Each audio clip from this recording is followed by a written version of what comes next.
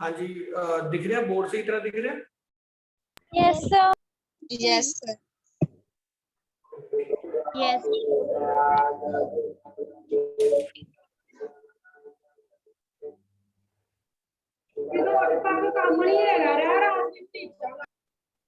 एक बच्चे मैं तुहानू पहला भी क्या माइक अपना ना ऑफ रखा करो, हाँ, जिन्ना चेर कोई काम नहीं होता।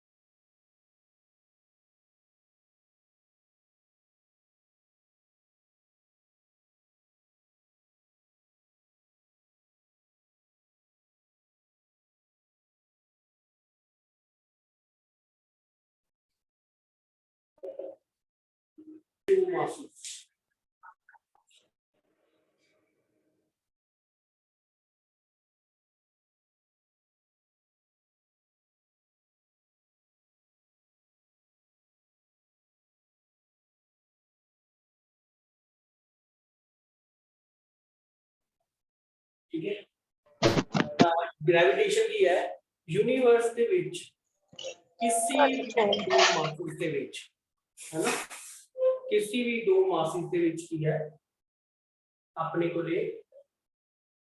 फोर्स है।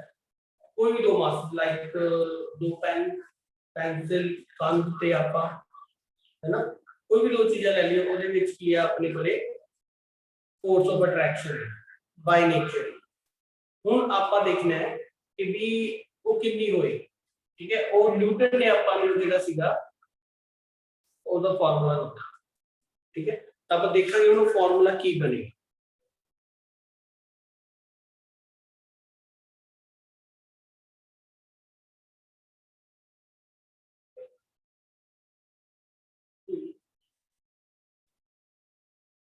ਤਾਂ ਜਿਹੜੇ ਐਕਸਪੈਰੀਮੈਂਟ ਕੀਤੇ ਗਏ ਉਹ ਚ ਕੀ ਦਿਖਿਆ ਆਪਾਂ ਨੂੰ ਕਿ ਜਿਹੜੀ ਗ੍ਰੈਵਿਟੇਸ਼ਨ ਦੀ ਜਿਹੜੀ ਫੋਰਸ ਹੈ ਉਹ ਮਾਸਿਸ ਦੇ ਡਾਇਰੈਕਟਲੀ ਪ੍ਰੋਪੋਰਸ਼ਨਲ ਹੈ।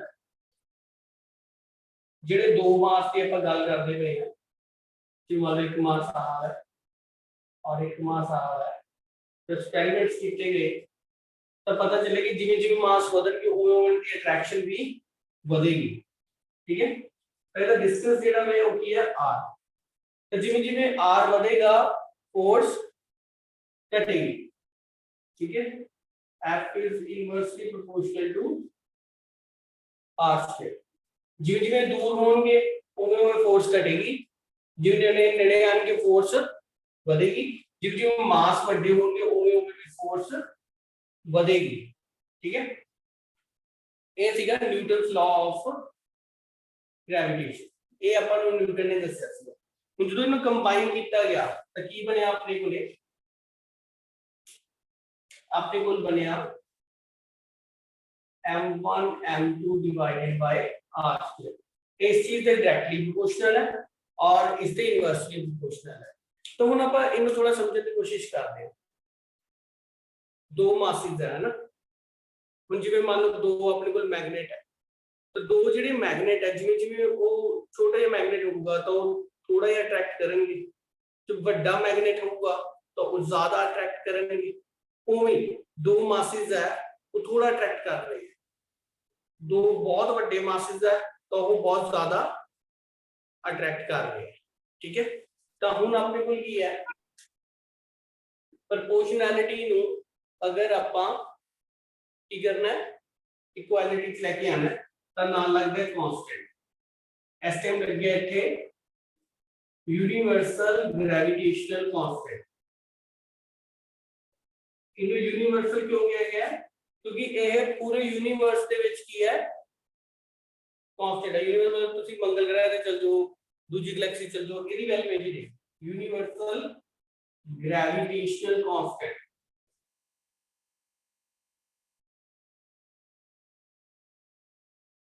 ਇਹਦੀ ਵੈਲਿਊ ਵੀ ਯਾਦ ਕਰਨੀ ਹੈ, ਕਿੰਨੀ ਵੈਲਿਊ ਹੈ ਇਹਦੀ 6.67 10 power minus 11 newton metre square kg inverse.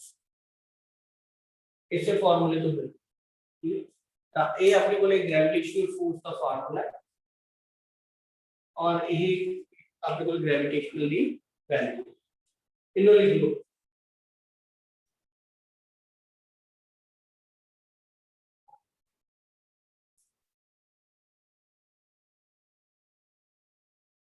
आवाज आ रही है सारे को मेरी? Yes, sir. हाँ जी सर। ओके, इन्हों लिख लो।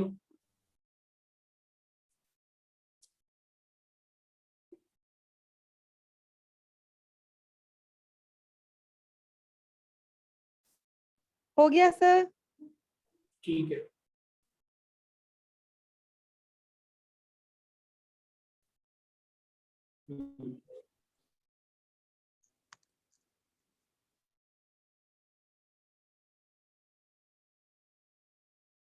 ਹੁਣ ਆਪਾਂ ਦੇਖਾਂਗੇ ਇਹਦੀ ਐਪਲੀਕੇਸ਼ਨ ਕਿੱਥੇ ਕਿੱਥੇ ਯੂਜ਼ ਹੁੰਦੀ ਹੈ gravity. Examples of gravitational force। Revolution of Earth around the sun. हाँ जी, सब तो पहला था falling of object on earth।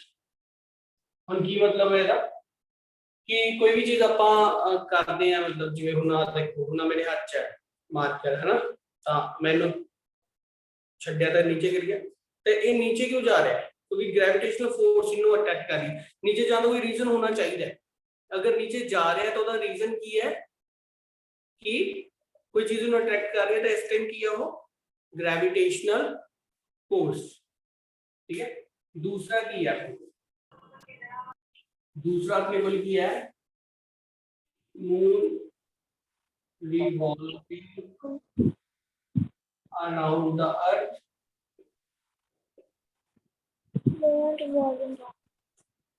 Earth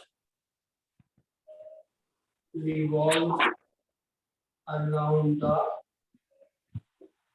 sun।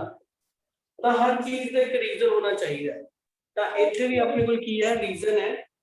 कोई भी चीज कर रही है तो होगा जो कोई मतलब एक दूसरे वाला अट्रैक्ट हो रहे तो वो भी रीजन होता है, तो इतने रीजन की है ग्रेविटेशनल फोर्स। ठीक है, तो फॉलिंग ऑब्जेक्ट, ठीक है, मून रिवॉल्विंग, एक बाइनरी स्टार्स पढ़ांगे कि ਆਪਾਂ बाइनरी स्टार्स ਉਹ ਇੱਕ ਦੂਜੇ ਦੇ ਆਲੇ ਦੁਆਲੇ ਘੁੰਮਦੇ ਰਹਿੰਦੇ ਆ, ਤਾਂ ਉਹ ਇੱਕ ਅਗਰ ਆਲੇ ਦੁਆਲੇ ਘੁੰਮਦੇ ਰਹਿੰਦੇ ਆ ਤਾਂ ਉਹਨੂੰ ਕੋਈ ਫੋਰਸ ਅਟਰੈਕਟ ਕਰ ਰਹੀ ਹੈ, ਤਾਂ ਉੱਥੇ ਵੀ ਕੀ ਹੈ ਗ੍ਰੈਵਿਟੇਸ਼ਨਲ ਫੋਰਸ। ਤਾਂ ਉਹ Sir, मैं ਪੁੱਛਣਾ ਸੀਗਾ ਹਾਂਜੀ ਸਰ, ਜਿਹਦੇ ਇਹਨਾਂ ਦੇ ਵਿਚਕਾਰ ਜੀ ਗ੍ਰੈਵਿਟੇਸ਼ਨ ਫੋਰਸ ਐਕਟ ਕਰਦੀ ਆ, ਫਿਰ ਮੂਨ ਤੇ ਅਰਥ ਕੰਬਾਈਨ ਕਿਉਂ ਨਹੀਂ ਹੁੰਦੇ? ਹਾਂਜੀ, ਉਹ ਵੀ ਆਪਾਂ ਇਹ ਕਰਾਂਗੇ ਕਿ ਇਹ ਚ ਨਾ ਇੱਕ ਹੋਰ ਫੋਰਸ ਹੁੰਦੀ ਹੈ ਆਪਣੇ ਕੋਲੇ, that is called centripetal and centrifugal force।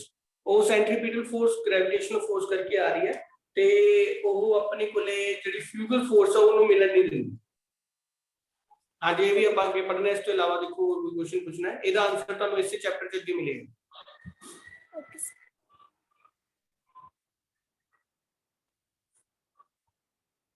हाँ जी, लिख लिया सर ने? Yes sir. हाँ जी सर। डन। एक बाइनरी स्टार का भी अपन आगे करेंगे, बाइनरी स्टार भी अपन आगे करेंगे। ये लिख लिया सारे ने 4 पॉइंट्स। बोर्ड क्लियर दिख रहा है सारे ने? Yes sir. Yes sir. Okay,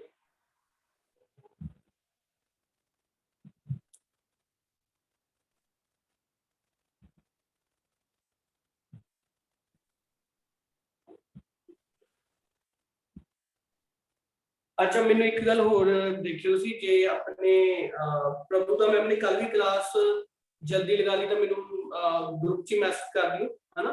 आप पहला टाइम थोड़ा वध ला लांगे या यही वाला टाइम आप कल रख लांगे दोबारा पे, है ना। अच्छा, हुन जेडी गल मैं कर रहा सीगा, जेड़ा क्वेश्चन ਤੁਹਾਡਾ ਆਪਾਂ सेंट्रीपिटल फोर्स, सेंट्रीपिटल फोर्स ਦੀ ਗੱਲ ਕਰਾਂਗੇ। मोस्टली सेंट्रीपिटल फोर्स ਜਿਹੜੀ ਐਟਮ ਦੇ ਵਿੱਚ ਉਹ ਇਲੈਕਟ੍ਰੋਮੈਗਨੈਟਿਕ ओरिजिन ਦੀ ਵੀ ਹੁੰਦੀ ਹੈ। ਐਟਮ ਦੇ ਵਿੱਚ ਗੱਲ ਕਰੀਏ, ਜੇ ਆਪਾਂ ਗੱਲ ਕਰੀਏ ਆਪਣੇ ਪਲੈਨਟਸ ਦੇ ਵਿੱਚ, ਉੱਥੇ ਜਿਹੜੀ सेंट्रीपिटल फोर्स ਆ ਉਹ ਹੁੰਦੀ ਹੈ ग्रेविटेशनल फोर्स ਕਰਕੇ। The centripetal force is the force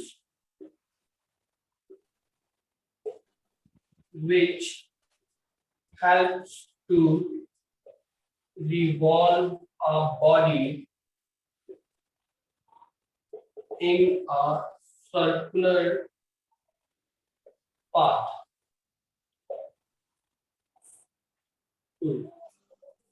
ਜਿਵੇਂ ਮੰਨ ਲਓ ਆਪਾਂ ਇੱਕ ਧਾਗੇ ਦੇ ਨਾਲ ਬਾਲ ਬੰਨੀ ਤੇ ਉਹਨੂੰ ਐਵੇਂ ਘੁਮਾਉਣਾ ਸ਼ੁਰੂ ਕਰ ਦਿੱਤਾ ਹੈ ਨਾ,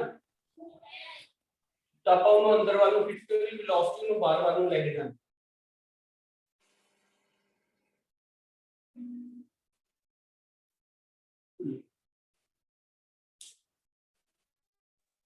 बच्चे मैं ਤੁਹਾਨੂੰ ਕਿਹਾ अपने माइक ऑफ कर लो सारे जने है ना, फिर मेरी स्क्रीन नहीं आएगी तो प्रॉब्लम होगी।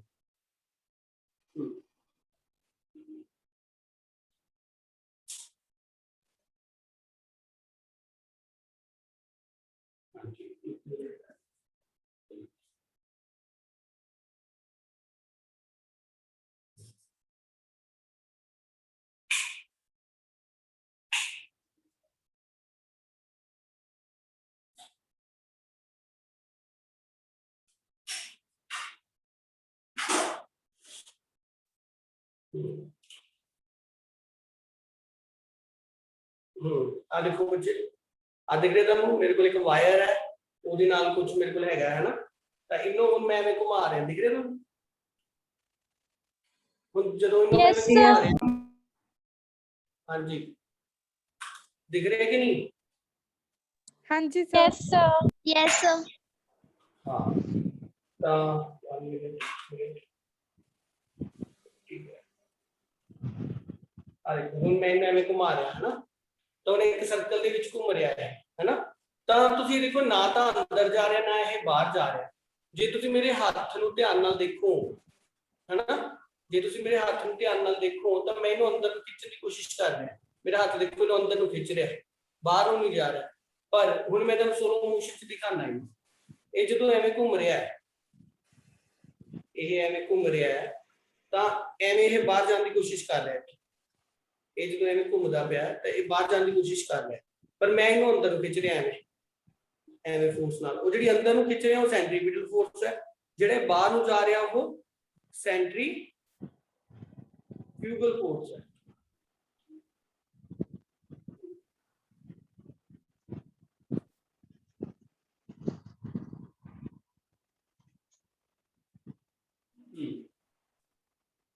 ਤਾਂ ਦੁਬਾਰਾ ਦੇਖਦੇ ਹਾਂ ਆਪਾਂ, ਐਵੇਂ ਜਦੋਂ ਮੈਂ ਘੁਮਾ ਰਿਹਾ ਹੈ ਨਾ, ਇਹ ਜ਼ਿਆਦਾ ਵਧੀਆ ਤੁਹਾਨੂੰ ਐਵੇਂ ਰੱਖੋ ਜੇ ਮੈਂ ਐਵੇਂ ਘੁਮਾਵਾਂ ਹੈ ਨਾ, ਤਾਂ ਇਹ ਦੇਖੋ ਹੁਣ ਇਹ ਬਾਹਰ ਜਾਣ ਦੀ ਕੋਸ਼ਿਸ਼ ਕਰ ਰਿਹਾ ਹੈ ਨਾ, ਮੈਂ ਇਹਨੂੰ ਅੰਦਰ ਖਿੱਚ ਰਿਹਾ, ਤਾਂ ਜਿਹੜੀ ਅੰਦਰ ਨੂੰ ਫੋਰਸ ਲੱਗ ਰਹੀ ਹੈ ਉਹ ਕੀ ਹੈ? ਸੈਂਟਰੀਪੀਟਲ ਫੋਰਸ। ਡਾਇਗਰਾਮ ਤੋਂ ਚੈੱਕ ਕਰਦੇ ਆਪਾਂ, ਆ ਜਿਹੜੀ ਅੰਦਰ ਨੂੰ ਫੋਰਸ ਲੱਗ ਰਹੀ ਹੈ ਸੈਂਟਰੀਪੀਟਲ ਫੋਰਸ ਹੈ, ਜਿਹੜਾ ਮੇਰਾ ਹੱਥ ਲਗਾ ਰਿਹਾ ਸੈਂਟਰੀਪੀਟਲ ਫੋਰਸ। ਤੇ ਆ ਜਿਹੜੀ ਬਾਹਰ ਨੂੰ ਇਫੈਕਟ ਹੈ ਜਿਹਦਾ ਹੈ ਨਾ, ਉਹ ਕਿਹੜੀ ਹੈ? ਸੈਂਟਰੀਫਿਊਗਲ ਫੋਰਸ। ਇਹਦਾ ਵੀ ਆਪਣੇ ਕੋਲੇ ਇੱਕ ਐਗਜ਼ਾਮਪਲ ਹੈਗੀ ਹੈ। ਮੰਨ ਲਓ ਮੈਂ ਇਹਨੂੰ ਘੁਮਾ ਰਿਹਾ ਹੈ ਨਾ, ਐਵੇਂ ਘੁਮਾ ਰਿਹਾ, ਹੁਣ ਜੇ ਇਹਦਾ ਧਾਗਾ ਟੁੱਟ ਜੇ ਤਾਂ ਕੀ ਹੋਊਗਾ? माउस थल्ले डिग जू बाहर ਨੂੰ ਥੱਲੇ ਪਿੱਛੇ ਡਿੱਗ ਨੂੰ ਸਰ ਦੂਸਰੀ ਬਾਹਰ ਡਾਇਰੈਕਸ਼ਨ ਚ ਚੱਲ ਡਿੱਗੂਗਾ, ਜੂਗਾ ਨਾ, ਪਿੱਛੇ ਨੂੰ। ਅੰਦਰ ਹਾਂਜੀ ਨਹੀਂ ਹੋਊਗਾ, ਬਾਹਰ ਨੂੰ ਚੱਲ ਜੂਗਾ ਹੈ ਨਾ, ਤਾਂ ਉਹ ਜਿਹੜਾ ਹਾਂਜੀ। ਬਾਹਰ ਨੂੰ ਚੱਲ ਜੂਗਾ ਤਾਂ ਇਹਦਾ ਉਹਨੂੰ ਬਾਹਰ ਕੋਈ ਫੋਰਸ ਹੀ ਲੈ ਕੇ ਜਾ ਰਹੀ ਹੈ, ਉਹ ਕਿਹੜੀ ਫੋਰਸ ਹੈ? ਸੈਂਟਰੀਫਿਊਗਲ ਫੋਰਸ। ਸੈਂਟਰੀਫਿਊਗਲ ਫੋਰਸ। ਹੁਣ ਤੁਸੀਂ ਦੇਖੋ ਲੱਖਾਂ ਕਰੋੜਾਂ ਸਾਲ ਹੋ ਗਏ ਹੈ ਨਾ, ਆਪਣੀ ਜਿਹੜੀ ਧਰਤੀ ਆ ਉਵੇਂ ਸੰਨ ਦੇ ਆਲੇ ਦੁਆਲੇ ਘੁੰਮੀ ਜਾ ਰਹੀ ਹੈ ਨਾ, ਉਵੇਂ ਘੁੰਮੀ ਜਾ ਰਹੀ ਹੈ, ਤਾਂ ਨਾ ਤਾਂ ਉਹ ਸੰਨ ਦੇ ਵਿੱਚ ਜਾ ਕੇ ਜਾ ਰਹੀ ਹੈ ਤੇ ਨਾ ਹੀ ਉਸ ਤੋਂ ਦੂਰ ਜਾ ਰਹੀ ਹੈ। ਇਹਦਾ ਮਤਲਬ ਕੋਈ ਦੋ ਫੋਰਸਸ ਬੈਲੈਂਸ ਕਰ ਰਹੀਆਂ, ਸੰਨ ਤੱਕ ਖਿੱਚ ਹੀ ਰਿਹਾ ਅਕੋਰਡਿੰਗ ਟੂ ਦਿਸ ਲਾਅ, ਤੇ ਫਿਰ ਉਹ ਬਾਹਰ ਜਾਣ ਲਈ ਕਿਹੜੀ ਹੈ? ਸੈਂਟਰੀਫਿਊਗਲ ਫੋਰਸ। ਅਗਰ ਇਹ ਦੋਨੋਂ ਬੈਲੈਂਸ ਨਾ ਹੋਣ, ਅਗਰ ਇਹ ਦੋਨੋਂ ਬੈਲੈਂਸ ਨਾ ਹੋਣ, ਜਾਂ ਤਾਂ ਆਪਣੀ ਜਿਹੜੀ ਅਰਥ ਆ ਉਹ ਬਾਹਰ ਚਲ ਜਾਏਗੀ, ਬਹੁਤ ਦੂਰ ਚਲ ਜਾਏਗੀ ਸੰਨ ਤੋਂ, ਜਾਂ ਫਿਰ ਸੰਨ ਦੇ ਵਿੱਚ ਚਲ ਜਾਏਗੀ। ਪਰ ਇਹ ਤੋਂ ਇਹ ਪ੍ਰੂਵ ਹੁੰਦਾ ਹੈ, ਹੁਣ ਦੇਖੋ ਜਿਵੇਂ ਆਪਾਂ ਹੀ ਹੋ ਗਏ ਹਨਾ, ਹੁਣ ਤੁਸੀਂ ਸਾਰੇ ਜਣੇ 14 ਸਾਲ 15 ਸਾਲ ਦੇ ਹੋ ਗਏ ਹੋਣਗੇ ਹਨਾ, ਜਿੰਨੇ ਵੀ ਚਲੋ ਹਨਾ, ਨੀਅਰ ਅਬਾਊਟ 15 ਇਅਰਸ ਹੋਣਗੇ ਤੁਸੀਂ ਸਾਰੇ ਜਣੇ, ਤਾਂ ਆਪਣੇ ਕੋਲੇ 15 ਸਾਲ ਦੇ ਵਿੱਚ ਨਾ ਤਾਂ ਆਪਾਂ sun ਦੇ ਵਿੱਚ ਡਿੱਗੇ ਆ ਜਾ ਕੇ ਔਰ ਨਾ ਹੀ ਆਪਾਂ ਉਸ ਤੋਂ ਬਹੁਤ ਦੂਰ ਚਲੇ ਗਏ ਆ। ਇਹਦਾ ਮਤਲਬ 15 ਸਾਲ ਤੋਂ ਜਿਹੜੀ ਉਹ ਫੋਰਸ ਹੈ ਉਹ ਬੈਲੈਂਸਡ ਹੈ ਨਾ, ਉਹ ਬੈਲੈਂਸਡ ਹੈ ਤਾਂ ਉਹ ਆਪਣੀ ਸਰਕਲ ਦੇ ਵਿੱਚ ਘੁੰਮਦੀ ਹੈ। ਤਾਂ ਸਰਕਲ 'ਚ ਘੁੰਮਣ ਲਈ ਕੀ ਚਾਹੀਦਾ, ਸੈਂਟਰੀ ਪੀਟਲ ਤੇ ਫਿਊਗਲ ਫੋਰਸ ਬੈਲੈਂਸ ਚਾਹੀਦੀਆਂ।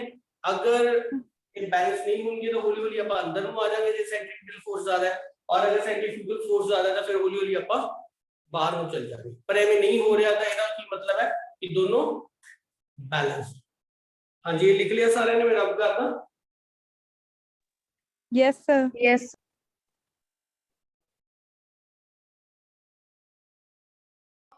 Yes, sir. Yes, sir.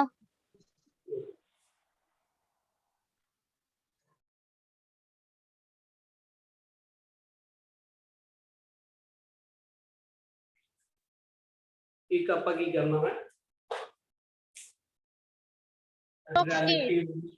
ਹਾਂਜੀ relative density ਦਾ ਫਾਰਮੂਲਾ ਕਰਨਾ ਹੈ, density of substance upon density of water, density of substance upon density of water। ਜਿਵੇਂ ਮੰਨ ਲਓ ਆਪਣੇ ਕੋਲੇ ਪਾਰੇ ਦੀ ਡੈਂਸਿਟੀ ਹੈਗੀ ਹੈ 13.6 ग्राम पर सेंटीमीटर क्यूब और वाटर की डेंसिटी CGS 1 ग्राम पर सेंटीमीटर क्यूब है। तो सेंटीमीटर क्यूब सेंटीमीटर कटेंगे तो उसकी रिलेटिव डेंसिटी की आ गई 13.6।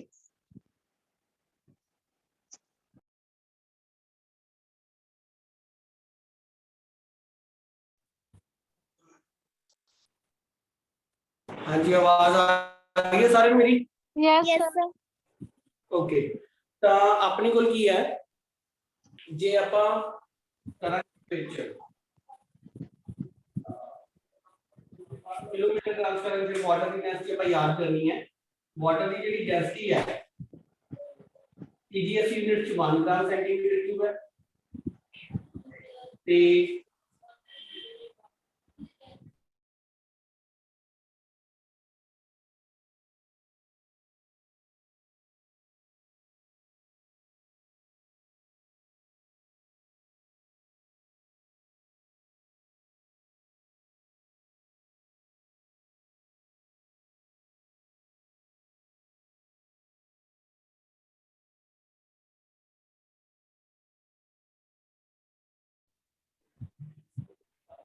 हाँ जी लिख लिया सारे ने? Yes, sir. हाँ जी।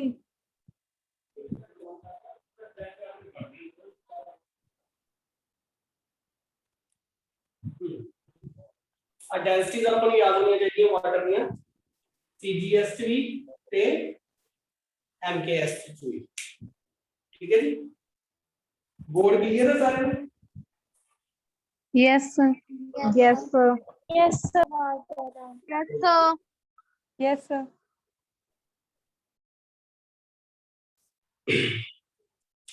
हाँ जी अगला टॉपिक करा तो पहले मैं ਤੁਹਾਨੂੰ ਹੋਮਵਰਕ ਦੱਸ ਦਵਾਂ ਤੁਹਾਨੂੰ।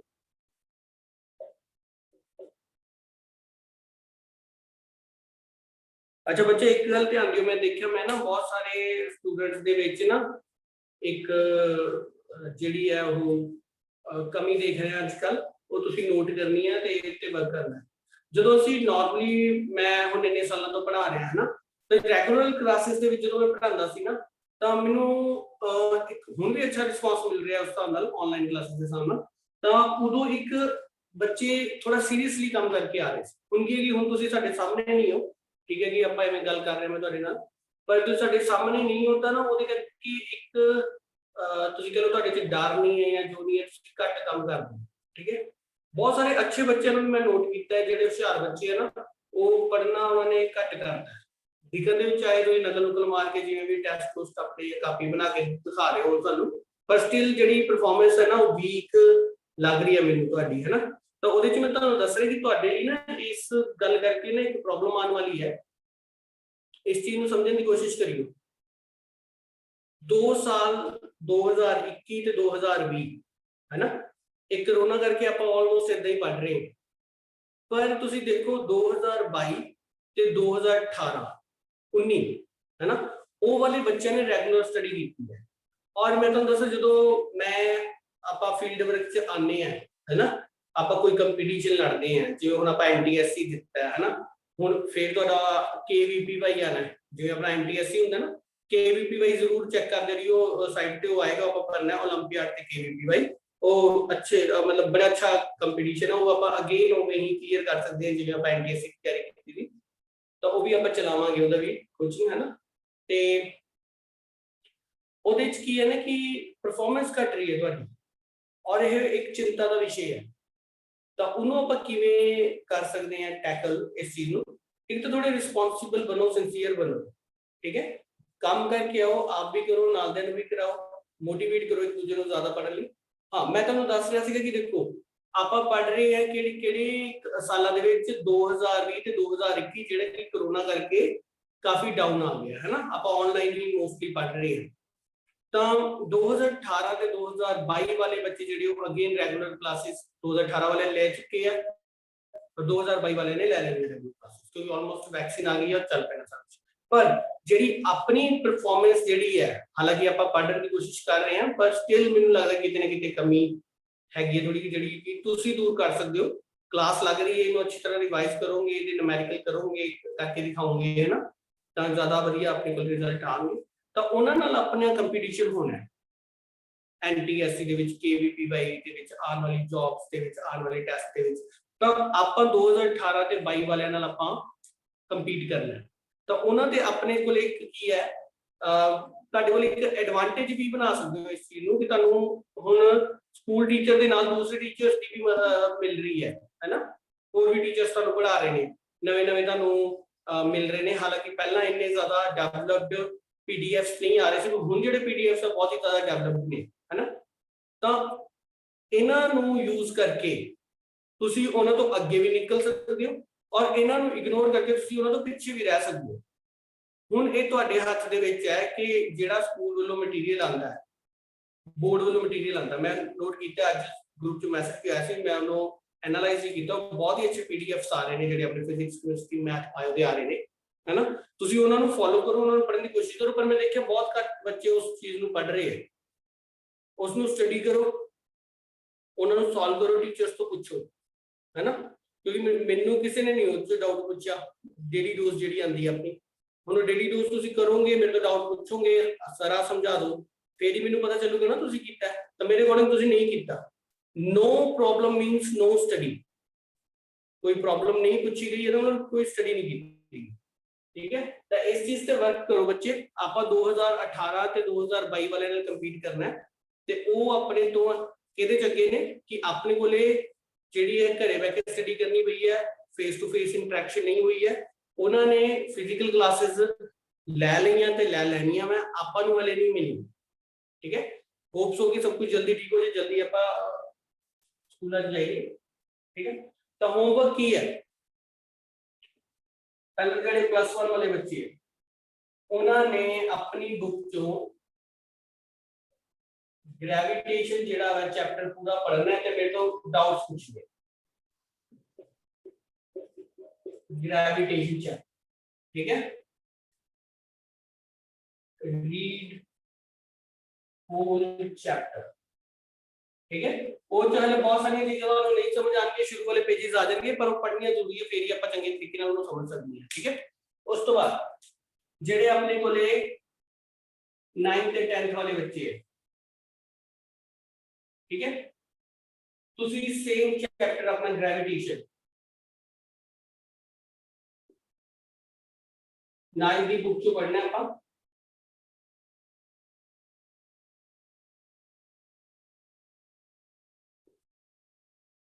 ठीक है। 9th की आप बुक चो पढ़ना है। कितना चैप्टर है? चैप्टर 10th है, दसो मेनू। यस सर 10th चैप्टर है। ते +1 किहड़ा चैप्टर है? 8th sir. 8th chapter. 8th ਚ ਮਾਡਰਨ ਚ ਵੀ ਤੇ ਉਹ NCERT ਚ ਵੀ ਦੋਨੋਂ ਚ 8th ਆ। चैप्टर 8। हाँ, हले भी आप बहुत सारे टॉपिक करने भी है, ਤੇ ਕਰਾਂਗੇ ਵੀ ਤੇ ਪਰ ਤੁਹਾਡਾ ਇਹ ਕੰਮ ਹੈ ਕਿ ਤੁਸੀਂ +1 ਨੇ ਚੈਪਟਰ 8 ਕਰਨਾ ਹੈ ਤੇ 9th ਤੇ 10th ਵਾਲਿਆਂ ਨੇ 9th ਦੀ ਬੁੱਕ ਚੋਂ ਚੈਪਟਰ 10 ਜਿਹੜਾ ਉਹ ਪੂਰਾ ਪੜ੍ਹਨਾ ਹੈ। ਠੀਕ ਹੈ, ਤੁਹਾਨੂੰ ਇਹਨਾਂ ਦੇ ਤੁਸੀਂ ਹਾਫ ਕਰ ਸਕਦੇ ਹੋ, +1 ਵਾਲਿਆਂ ਨੂੰ ਮੈਂ ਅੱਧਾ ਕਰਾਇਆ। ਠੀਕ ਹੈ, ਤੇ ਤੁਸੀਂ ਪੂਰਾ ਹੀ ਕਰਨਾ ਹੈ ਕਿਉਂਕਿ ਆਪਾਂ ਇਹਦੇ ਮੈਂ ਤੁਹਾਨੂੰ ਨੋਟਸ ਵੀ ਭੇਜੀ ਹੈ। ਇਹ ਨਾਲ ਤੁਸੀਂ ਕੀ ਹੈ ਤੁਹਾਡਾ ਐਡੀਸ਼ਨਲ ਵਰਕ ਕੀ ਹੈ ਜਿਹੜੇ ਮੈਂ NTSC ਦੇ ਨੋਟਸ ਭੇਜੀ ਹੈ, ਮਿਲ ਕੇ ਹੋਣਗੇ ਮੈਨੂੰ ਲੱਗਦਾ ਸਾਰਿਆਂ ਨੂੰ।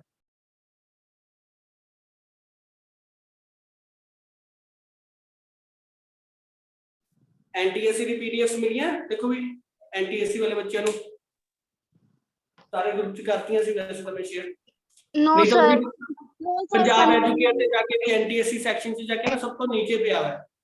ਨਹੀਂ ਜੀ ਪੰਜਾਬ ਐਜੂਕੇਅਰ ਐਪ ਚ ਜਾ ਕੇ ਨਾ NTSC ਚ ਜਾ ਕੇ ਸਭ ਤੋਂ ਨੀਚੇ ਸਾਇੰਸ ਵਾਲੇ ਕਾਲਮ ਚ ਜਾ ਕੇ ਨਾ ਉੱਥੇ ਆਪਾਂ ਨੂੰ PDFs ਪਈਆਂ, ਉਹਦੇ MCQs ਕਰਨੇ ਆ ਆਪਾਂ। Okay sir. ਮੈਂ ਕੁਝ ਕਰਾਇਆ ਨਹੀਂ ਸੀ ਇੱਕ ਦਿਨ ਤੁਹਾਨੂੰ।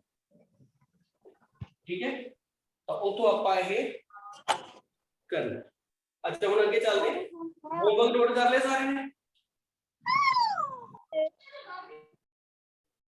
Yes sir yes sir Yes.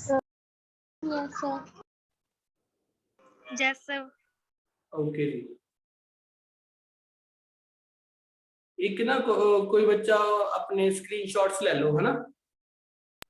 Yes sir ਮੈਂ ਲੈ ਲਿਆ ਹਾਂਜੀ ਸਰ, ਮੈਂ ਵੀ ਲੈ ਲਈ ਜੀ। ਓਕੇ,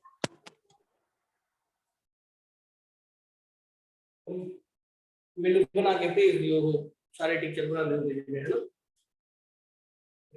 अच्छा देखो नेक्स्ट है एक्सेलरेशन ड्यू टू ग्रेविटी।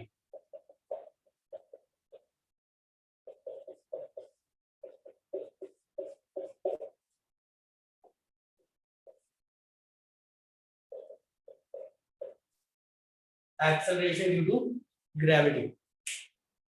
तो एक्सेलरेशन ड्यू टू ग्रेविटी की है कि जो कोई चीज नीचे गिरती है, जिवें कि हम मार्क करना है नीचे गिर गया है, तो एक कितनी एक्सेलरेशन नाल नीचे गिरया। ਹੁਣ ਇਹਦੇ ਲਈ ਆਪਣੇ ਕੋਲ ਕੀ ਹੈ, ਇੱਕ ਫਾਰਮੂਲਾ ਲੱਗਣਾ ਹੈ, ਜੇ ਤੁਹਾਨੂੰ ਯਾਦ ਹੋਵੇਗਾ ਛੋਟੀ ਕਲਾਸਿਸ ਕੀਤਾ ਹੋਇਆ ਆਪਾਂ, force is equal to mass into acceleration. ਠੀਕ ਹੈ, ਜੇ ਪੰਜਾਬੀ ਚ ਤੁਸੀਂ ਕੀਤੀ ਹੈ ਫਿਰ ਤੁਸੀਂ ਪੜਿਆ ਹੋਗਾ ਬਲ ਬਰਾਬਰ ਪੁੰਜ ਗੁਣਾ ਪ੍ਰਵੇਗ। ਠੀਕ ਹੈ, ਬਲ ਬਰਾਬਰ ਪੁੰਜ ਗੁਣਾ ਪ੍ਰਵੇਗ।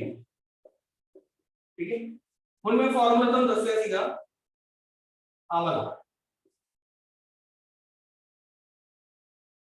ਹੁਣ ਜੇ ਆਪਾਂ ਅਰਥ ਦੇ ਕੇਸ ਦੇ ਵਿੱਚ ਲਈਏ ਤਾਂ ਆਪਾਂ ਇਸ ਨੂੰ mg ਕੀ ਹੈ ਮੇਰੇ ਕੋਲ acceleration due to gravity g m by r square. ਹੁਣ ਆ ਕੀ ਚੀਜ਼ ਗੱਲ ਦਾ, ਇਹ ਮਾਸ ਆਫ ਅਰਥ ਹੈ, ਇੱਕ ਬॉडी ਦਾ ਮਾਸ, ਇਹ ਮਾਸ ਆਫ ਆਬਜੈਕਟ ਹੈ, ਇਹ ਮਾਸ ਆਫ ਆਬਜੈਕਟ ਹੈ, ਇਹ ਰੇਡੀਅਸ ਅਰਥ ਆ ਕੱਟੇ। अब फॉर्मूला बन गया ਇਹਦਾ gm by r square। ਹੁਣ ਆ ਚੀਜ਼ ਅਰਥ ਦੀ ਸਰਫੇਸ ਦੀ ਮੋਰਫਿਕ ਹੈ, ਅਰਥ ਦੀ ਰੇਡੀਅਸ ਜੇ ਤੁਹਾਨੂੰ ਪਤਾ ਹੋਵੇ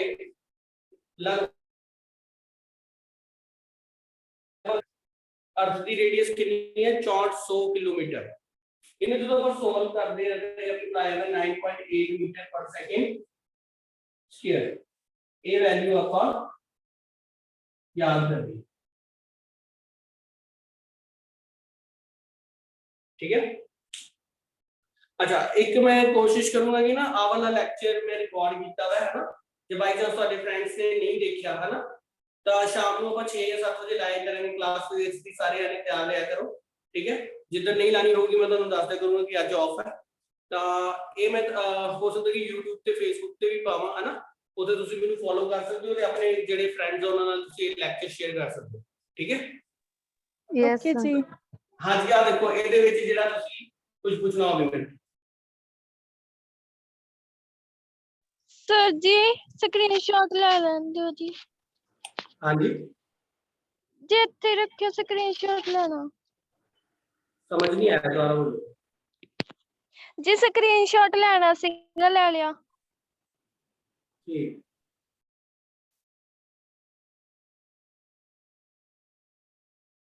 ਓਕੇ, ਹਾਂਜੀ ਇਹ ਕਲੀਅਰ ਹੈ? ਸਰ ਵੱਡੀ ਜੀ ਤੇ ਛੋਟੀ ਜੀ ਵਾਲਾ ਦੱਸਿਓ। हाँ जी दोबारा बोलो। ਸਰ ਵੱਡੀ ਜੀ ਐਂਡ ਛੋਟੀ ਜੀ ਕਿਹੜੀ ਚੀਜ਼ ਨੂੰ हाँ जी दस दी जिवें कि मैं दसो एरो लगाया बच्चे एक ही है acceleration due to gravity capital G में दसते हैं नॉर्मल तरीका है कि universal gravitational constant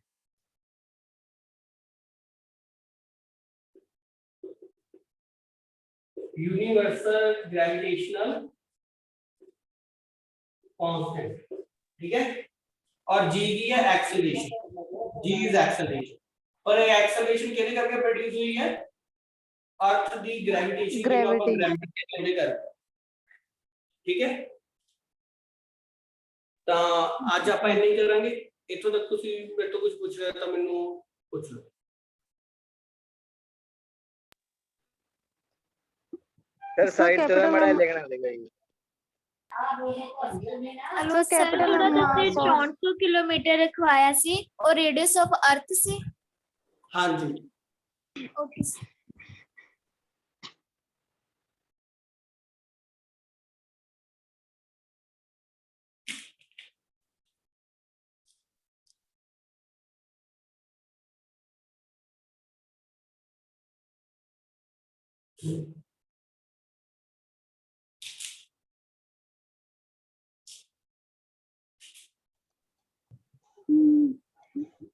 sir small m ਜਿਹੜੀ ਉਹ ਮਾਸ ਆਫ ਆਬਜੈਕਟ ਤੇ ਕੈਪੀਟਲ ਮਾਸ ਆਫ